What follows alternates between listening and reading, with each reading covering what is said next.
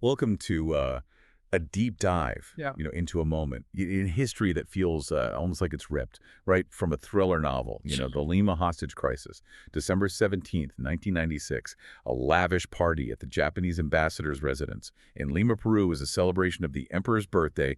Suddenly, the music stops, replaced by gunfire. This isn't just a hostage situation; it's a power play by the MRTA, a Marxist guerrilla group aiming to shape Peru to its core. Yeah, what's captivating about this event is that it wasn't just some random act of violence. It was really calculated and deeply rooted in Peru's tumultuous political landscape. Okay, so let's get a bit more context here. The MRTA, were they just a fringe group? Or do they have some legitimate backing? That's a great question, and it gets to the heart of what made them so dangerous. While their tactics were violent, their roots went deep into the social and economic inequalities that were plaguing Peru at the time. Imagine a country grappling with poverty, corruption, and a sense that the system wasn't working. The MRTA, or Tupac Amaru Revolutionary Movement, they tapped into this discontent, promoting a radical socialist ideology as the solution. They weren't just thugs. They were revolutionaries in their own minds, fighting for a cause they believed in. So this attack on the ambassador's residence, Yeah. it was a way to gain leverage and force the government's hand. Precisely. The residence was filled with high-ranking officials and diplomats. It became a stage for their message. They were desperate for recognition, demanding the release of hundreds of imprisoned MRTA members and safe passage out of Peru. This wasn't just about freeing their comrades. It was about legitimizing their struggle in the eyes of the world. Now, I remember reading about another guerrilla group operating in Peru at the time, the Shining Path. Were they allies with the MRTA? Or were they competing factions? That's a crucial distinction. While both groups shared a disdain for the Peruvian government, they were rivals with very different approaches. The Shining Path, led by the enigmatic Abimael Guzman, was even more radical and brutal, embracing a Maoist ideology and engaging in widespread terrorism that terrorized the countryside. The MRTA, on the other hand, focused more on urban guerrilla warfare and sought to portray themselves as a more disciplined and politically minded force. It sounds like a pressure cooker of ideologies and unrest. With these groups actively challenging the government, how did President Fujimori, who came to power in 1990, respond to this growing threat? Fujimori adopted a hardline stance, cracking down on both the MRTA and the Shining Path. With increased military and police presence, he was determined to crush these groups, and his policies, while successful in weakening them, also fueled the resentment and desperation that led to events like the Lima hostage crisis. So essentially, the MRTA found themselves cornered, their options dwindling, and this hostage situation was a last-ditch effort to regain control of the narrative. Exactly. It was a desperate gamble, a high-stakes game of chess, with the lives of over 700 people hanging in the balance. Over 700? I thought it was 72 hostages. Ah, good catch. Initially, when the 14 heavily armed MRTA militants stormed the residence, they took over 600 people hostage. Imagine the sheer chaos and terror as these guerrillas, led by Nestor Sherpa Karkalini, burst into the party, shattering that festive atmosphere. However, over the next few days, they strategically released most of the hostages, keeping 72 of the most high-profile individuals, including the Japanese ambassador, his wife, and key Peruvian government figures, as their bargaining chips. I could only imagine the tension in that room. What was life like for those 72 people trapped inside the residence, knowing they were pawns in this high-stakes political game? That's where this story takes on a deeply human dimension. The hostages faced unimaginable psychological pressure, the constant fear, the uncertainty, the cramped conditions. Yet amidst this ordeal, stories of resilience emerged, and even unexpected camaraderie. The hostages from diverse backgrounds and social strata found themselves forming bonds, sharing meager rations, finding ways to cope with the trauma and boredom. It's a testament to the human spirit's ability to adapt and find strength in even the darkest of circumstances. Indeed. But while the hostages tried to make sense of their captivity, the world outside was holding its breath, watching this tense standoff unfold. With a mix of horror and fascination, governments, media, families of the hostages, everyone was on edge, waiting to see how the Peruvian government would respond to this unprecedented crisis. So we have this pressure cooker situation. The hostages trapped the MRTA making demands and the world watching. What was President Fujimori's initial response? Did he immediately cave to the pressure, or did he play for time? Fujimori was in a tough spot, wasn't he? Given to the demands of terrorists, and you risk emboldening them and setting a dangerous precedent. But on the other hand, a forceful response could put the hostages' lives in even greater danger. How did he navigate that tightrope? You hit the nail on the head. It was a delicate balancing act. And Fujimori initially opted for a cautious approach. He opened a line of communication with the MRTA, trying to understand their motivations and gauge their willingness to negotiate. So while the world watched and waited, there were these back-channel talks happening, trying to find some common ground. Exactly. And it wasn't just about meeting the MRT's demands. Fujimori had to consider the broader political landscape. Remember, he was already facing criticism for his hardline tactics against these guerrilla groups. A peaceful resolution would be a huge win, showcasing his leadership and ability to resolve conflicts without resorting to violence. But I'm guessing the MRTA wasn't exactly known for their flexibility or willingness to compromise. Did these talks yield any progress? It was a slow and frustrating process. The MRTA, sensing their leverage, remained firm in their demands. They knew the world was watching, and they wanted to extract as much as possible from this situation.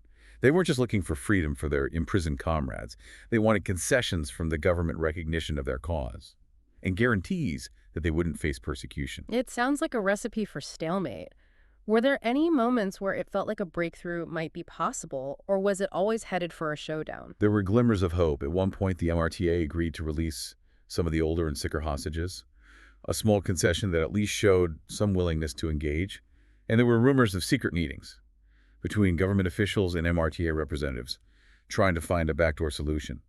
But ultimately, the core issues remained unresolved. So while the negotiators were working behind the scenes, I imagine Fujimori was also preparing for the possibility that talks would collapse. Didn't he have a reputation for favoring a strong military response? That's right.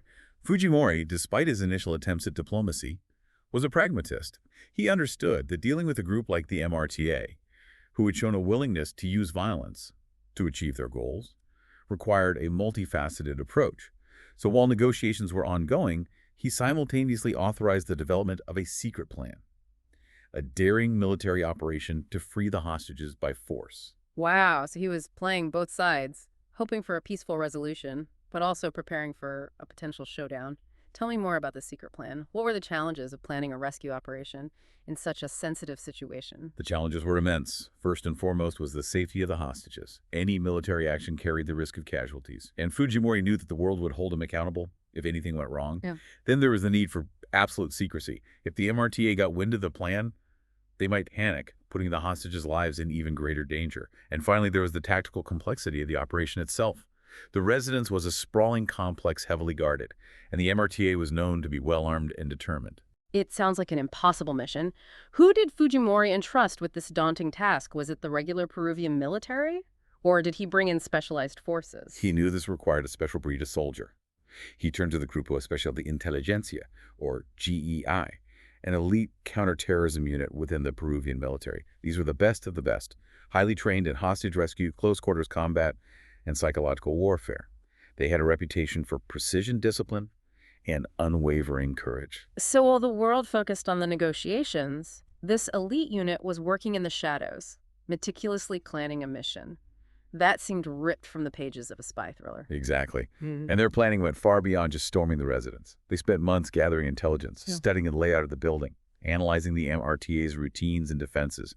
They even built a full-scale replica of the residence, rehearsing every possible scenario, fine-tuning their tactics, ensuring they were prepared for any eventuality. It's incredible to think about the level of detail and preparation that went into this operation. And all the while, they had to maintain absolute secrecy. One leak in the entire mission, along with the lives of the hostages, could be compromised. What were some of the innovative tactics or technologies they employed in this planning?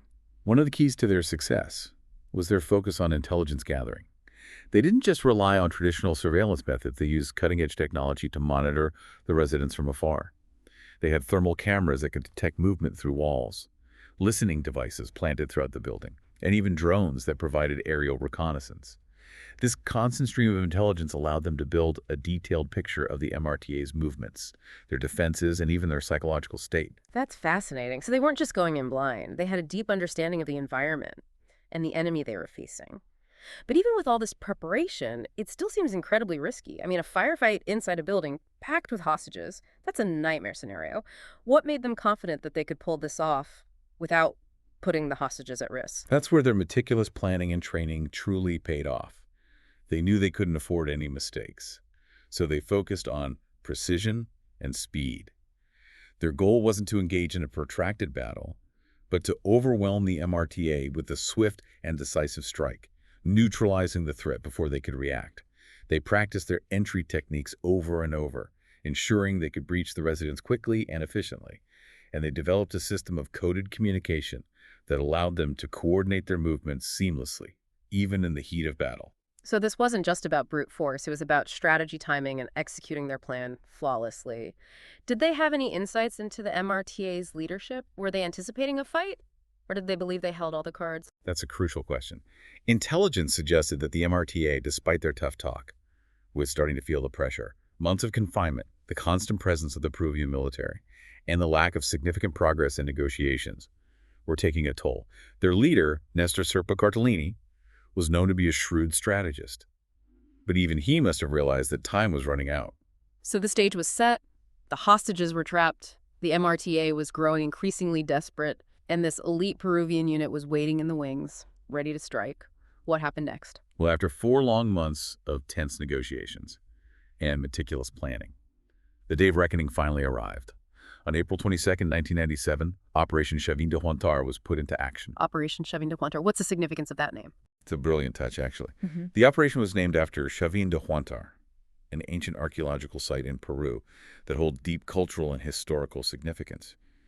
By invoking this name, Fujimori was drawing a parallel between the ancient warriors who once defended their land and the modern-day soldiers tasked with liberating the hostages. It was a powerful symbol intended to rally public support and instill a sense of national pride. That's a clever tactic, framing this military action as a continuation of Peru's long history of fighting for freedom and justice. So tell me, how did it all unfold? Walk me through those tense moments as Operation Chavín de Huántar was put into action. It must have been a heart-stopping moment, for everyone involved. The culmination of months of planning, the weight of the world's expectations, and the lives of those hostages hanging in the balance. It was, and the operation itself unfolded with incredible precision. While the world was focused on the ongoing negotiations, the GEI, moving with stealth and determination, infiltrated the residence through a series of tunnels they had secretly dug beneath the building. So they were already inside the residence, waiting for the right moment to strike, while the MRTA remained completely oblivious. Exactly, and that element of surprise was crucial.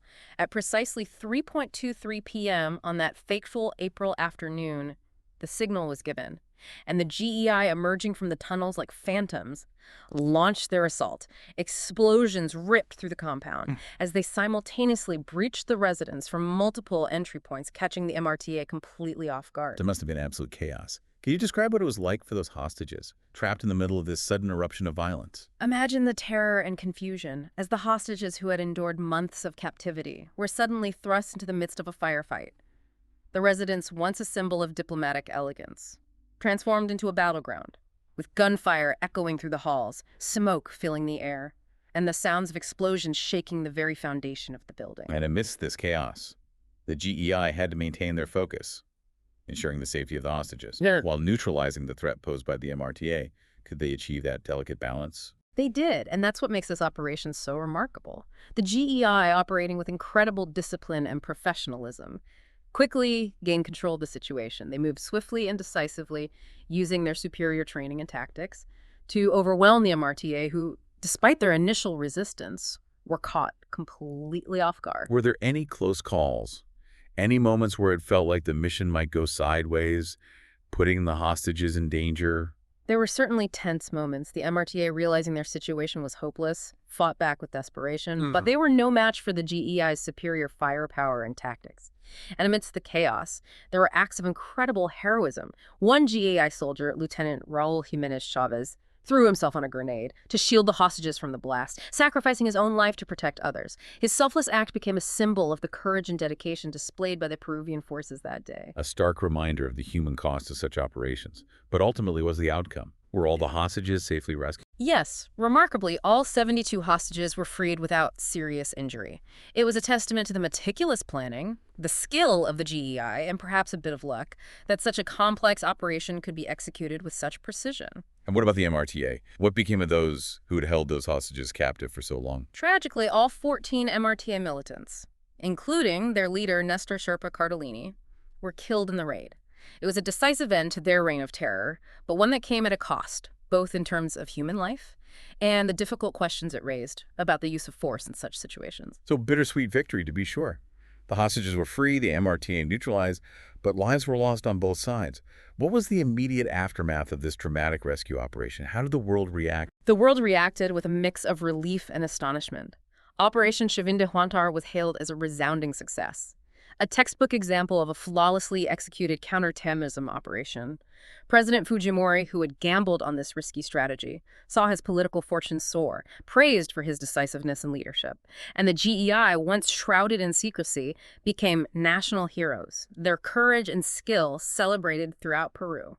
But beyond the celebrations and accolades, this event also had profound long-term consequences, didn't it? Absolutely. The Lima hostage crisis marked a turning point in Peru's fight against terrorism. The MRTA, already weakened by Fujimori's hardline policies, was effectively crippled by this defeat. Their ability to operate, recruit, and stage large-scale attacks was severely diminished, and they faded into obscurity, their revolutionary dreams shattered. And for President Fujimori, this was a defining moment, wasn't it? It solidified his image as a strong leader, but it also raised concerns about his growing authoritarian tendencies. That's an important point. While Fujimori basked in the glow of his victory, his critics argued that the success of Operation Chavín de Huántar emboldened him, leading to further crackdowns on dissent and a consolidation of power that ultimately undermined democratic institutions in Peru. So this event, while hailed as a triumph, also revealed the complex and often contradictory nature of power, the delicate balance between security and freedom. Precisely. And for those 72 hostages, their ordeal didn't end with their liberation. Many faced years of psychological trauma, grappling with the memories of their captivity, and the challenges of reintegrating into a world that had moved on without them. Their stories serve as a reminder of the enduring human cost of such conflicts, the wounds that run deeper than any physical injury. It's a sobering reminder that even in victory, there are casualties. As we wrap up this deep dive into the Lima hostage crisis, is there a final thought-provoking question you'd like to leave our listener with? Something to ponder as they reflect on this captivating moment in history. I'd ask them to consider this. How do we as a global community strike that delicate balance between security and freedom, between protecting innocent lives and upholding democratic values? The Lima hostage crisis, with its mix of heroism, tragedy, and political complexity, offers no easy answers, but it reminds us that these are questions we must continually grapple with as we navigate an increasingly interconnected and volatile world. It's a question that goes far beyond this specific event, challenging us to think critically about the choices we make, both individually and collectively, in the face of complex global challenges. And for our listener who wants to delve even deeper into this topic, I recommend The Ambassador's Wife, a novel by Jennifer Steele. It's a fictionalized account inspired by the Lima hostage crisis, exploring the lives of those caught in the crosshairs of political turmoil and the emotional toll of such experiences. It's a powerful and thought-provoking read. That's an excellent suggestion. And there are also numerous documentaries and first-hand accounts that provide a deeper understanding of the Lima hostage crisis, offering insights into the motivations of those involved, the complexities of the political landscape, and the enduring impact on those who lived through this dramatic moment in history. Well said. Thanks for joining me on this deep dive into the Lima hostage crisis. It's been a fascinating and thought-provoking exploration of a moment in time that continues to resonate with us today. And to our listener, thanks for tuning in. We hope you found this journey as enlightening as we did. Until next time, keep diving deep and stay curious.